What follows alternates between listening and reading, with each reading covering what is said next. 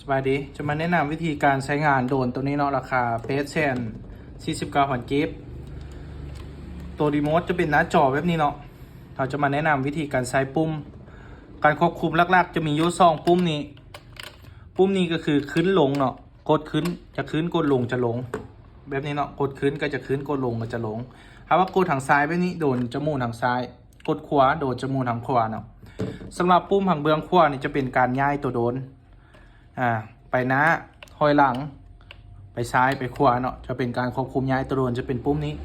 สำหรับปุ่มย่อยพวกนี้เนาะตัวนี้จะเป็นปุ่มเปิดปิดรีโมทตัวกลางนี่เนาะตัวนี้จะเป็นปุ่มขึ้นลงอัตโนมัติกด1 ครั้งโดนจะบินขึ้นกดอีก1 ครั้งโดนจะลงเนาะสำหรับปุ่มนี้จะเป็นปุ่มจูนเนาะเวลาโดนเฮาบินบ่เฮียงเฮาจะกดปุ่มนี้จะเป็นปุ่มจูนตัวนี้จะเป็นปุ่มเฮดเลสหรือว่าปุ่มกันลงฮิตตัว360องศาเนาะตัวนี้จะเป็นปุ่มตีลังกากดปุ่มนี้เนาะกดตีลังกาซ้ายขวาตัวนี้มันจะตีลังกาได้สำหรับตัวนี้จะเป็นปุ่มเพิ่มความไวเนาะลดความไวเพิ่มความไวจะเป็นปุ่มนี้โดนจะมีความไว3ระดับส่วนว่าตัวนี้แม่นเป็นปุ่มปรับมุมกล้องเนาะกล้องมันจะปรับขึ้นลงรีโมทนี่ได้ระดับปุ่มควบคุมหลักๆของตัวโดนจะอยู่โซนเทิงนี่เนาะจะมีประมาณนี้สำหรับปุ่มพวกนี้จะเป็นปุ่มที่ว่าควบคุมหน้าจอนี้เนาะ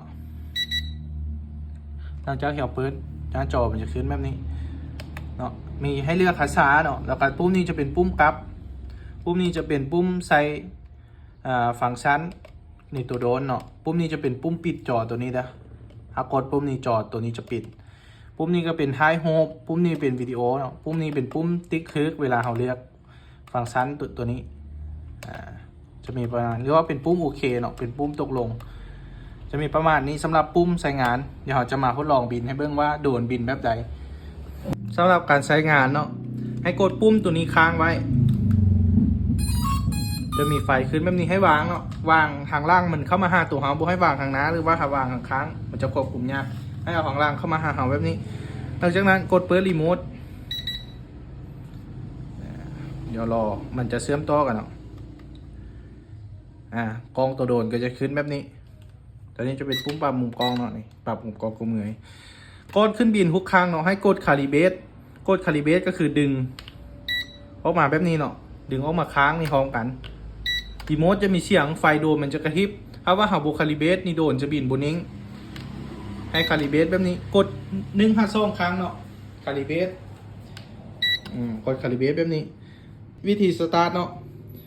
โยตัวนี้ขึ้นโดนจะสตาร์ทดึงลงโดนจะหมดเนาะกดสตาร์ทแล้วค่อยยูตัวเบื้องซ้ายนี่ขึ้นเนาะโดนก็จะบินขึ้นแบบนี้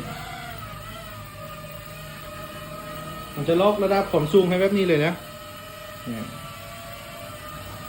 จะยุบประมาณนี้เนาะถ้าว่าเราบอกคาลิเบรตโดนจะบินบนนิ้งเด้อต้องในคาลิเบรตก่อน